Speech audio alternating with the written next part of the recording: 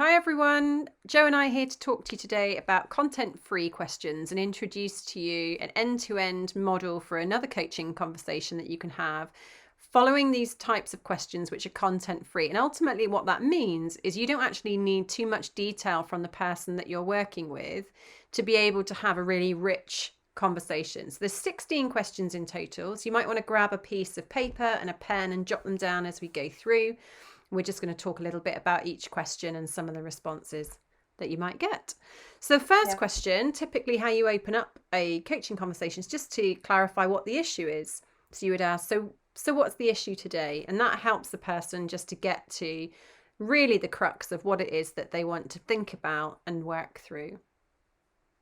Yeah, and these questions are adapted from Rogers in 2004.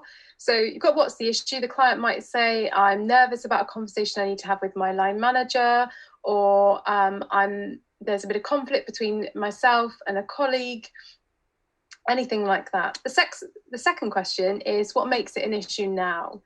And the purpose of this question is really to create a sense of urgency. So this is about establishing where is the individual, now where's they're going from place before we get to the where do they want to go to.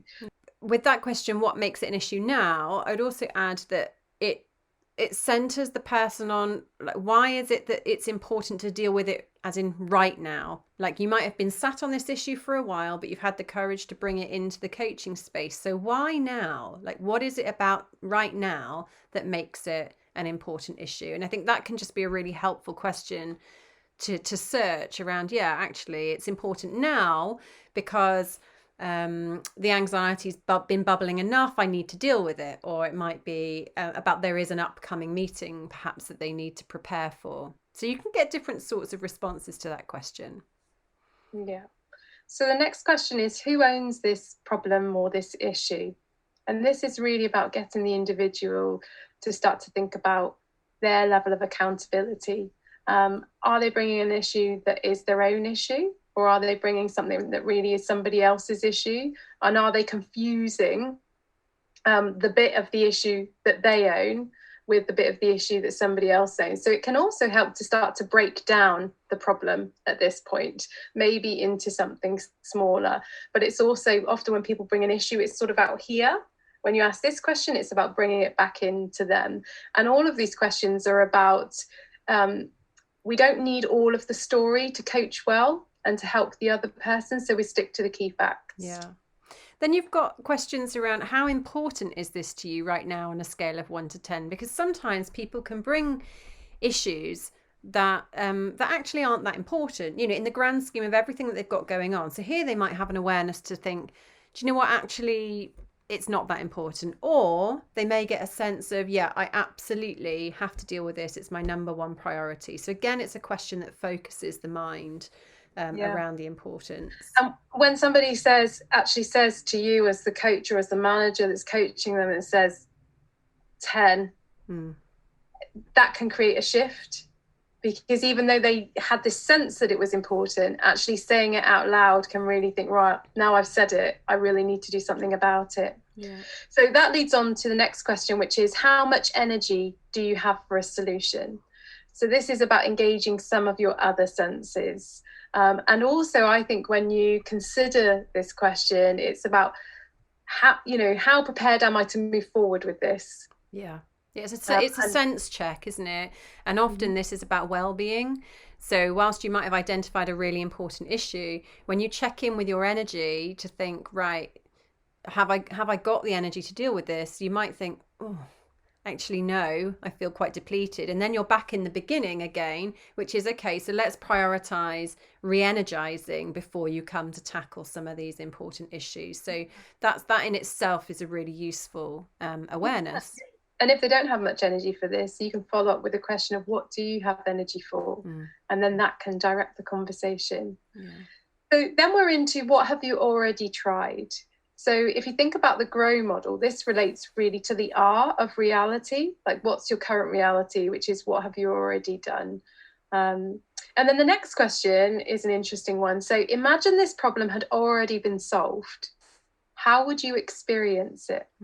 And this question, I think, is interesting because it's not the type of question you're normally asked, and people find it quite difficult to know what it means, and so they attribute their own meaning to it, which is great because it gives them a way to say what they need to say. I think it's also a really clever question because you have to be able to go to a point in time where you can imagine this no longer being a problem for you, which in itself is really resourcing. And, you know, if you can imagine the problem being resolved, then that makes it even more possible and you're able to find the resources that you need to have. And it also can shift your perspective around, rather than being in the problem, you become the solution, you become part of the solution and making it happen. So I think this particular question is a really powerful question. Yeah, it's a forward focused question. So if you're having a conversation with somebody that is kind of focused in the past, they want things to be how they were before, this can really help to reorient them as well. Yeah.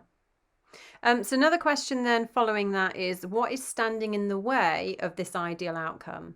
So in the question before, you've said, so if this wasn't a problem for you anymore, how would you experience it? And they get to actually experience it. So then you're coming back to say, okay, so now that you can see that, what's standing in the way of you being able to achieve it? And again, I think this is a powerful question because it brings you smack bang to looking at the obstacles that are in your path. And then you're starting to get into fixing it or action taking. And sometimes the person will say, me. Yeah. You know, I'm standing in my way. And that might be a realization that as they're searching the field for what's in my way, the only thing that comes to mind is it's just me. You know, it's my mindset. And that's really useful to help you later on in the conversations. So the next one is, what's your own responsibility for what's happening? So in some ways it's a repetition of the question earlier, which was who owns the issue or the problem. This time it's what's your own responsibility for what's happening. Yeah. So it's that ownership piece again. Next question's an interesting one. So what early signs are there that things might be getting better? And I find this really interesting because what you're doing here is asking the person that you're working with to look for signs that progress is actually already being made, or what are you going to notice when the progress is made? And that's almost like getting off the starting blocks, you know, and sometimes the hardest part is about getting started. So again, a really nice question. Yeah, and the second part of that one is also, you know, what are the early signs that things might be getting better when the problem's no longer there, not so bad or not so persistent? It's planting seeds of the possibility of that happening. So it's optimism, I think, which is helpful in those situations. Yeah. So then it's about kind of casting your mind to imagining a time when you're at your most resourceful. And when you ask that question, I would pause at that point and allow the person that you're talking to actually really connect with, what am I like when I'm at my most resourceful? And they might need you to ask that follow-up question, what are you like? And just get them to really embody that. And then when they've connected with that, you ask, what do you say to yourself about this issue when you're at your most resourceful? Yeah. And this is where, if you draw comparisons to the Grow model again, you're starting to get into that creative thinking about what you could do, which is where the next question leads you, which is, what are the options for action here? So you've thought about being in a resourceful state, you've come up with some ideas, now it's getting really clear. So what are the options that you've got for action and how do you take those forward? And I like the fact that action is part of the sentence, because often people will just say, what are your options?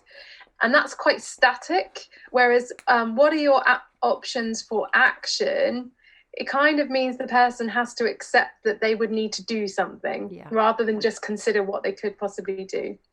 Then once the person has identified some options, and really you want to give enough space for them to be able to come up with at least 3 options, 6 if you can, but 3 is a minimum. You're then going to ask them, what criteria will you use to judge the options? Yeah, which is nice. It gets them to kind of start to critically analyze, actually how are you going to weigh them up? How are you going to make some decisions? And of course, then a natural question to ask next would be, which option seems the best one against that criteria? And by now, you'll probably get a sense that the person you're working with will have a bit of a natural affinity to which option they're going to go with, because often when you say the option, that you know is going to work, it feels right, it fits, you know that you can do it. And then you lead with, so what's the next first step? So often action comes with small steps, like micro steps. It doesn't necessarily have to be a big thing. This is just like, what are you going to do next? Like when you leave this conversation, what's the next thing that you're going to do that's going to take you a step closer? And the last question is, when will you take it? So you just want to check in that that small step that they're going to take really needs to be within the next 24 hours, if it's a small step. If it's an action that they're going to take and they say, oh, I'm going to do that at the weekend, it's too vague. It needs to be specific about the weekend, and then break down the smaller steps between the weekend and where they are now. So until the point where you'll see them smile, because they'll smile because they'll be like, okay, you got me. You know, like, I know that you're going to hold me to account. I'll hold myself to account on this. Yeah. So it's a really nice end-to-end format. I've used this many times with clients where it seems to be useful. Often it can be really useful if you're working with a coachee or a client that isn't really taking ownership of what's happening. So maybe is more into storytelling with you rather than what their ownership is and what they want to do about it.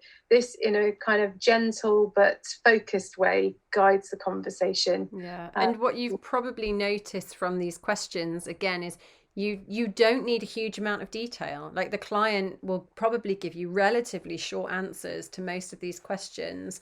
But from an end-to-end perspective, you go from identifying an issue, exploring actually what can you do about it, who's the owner, why is this so important to you right now, right through to action. So it's a great and easy model that anybody could pick up and start using. So good luck with that. Try it out and let us know in the comments how it goes.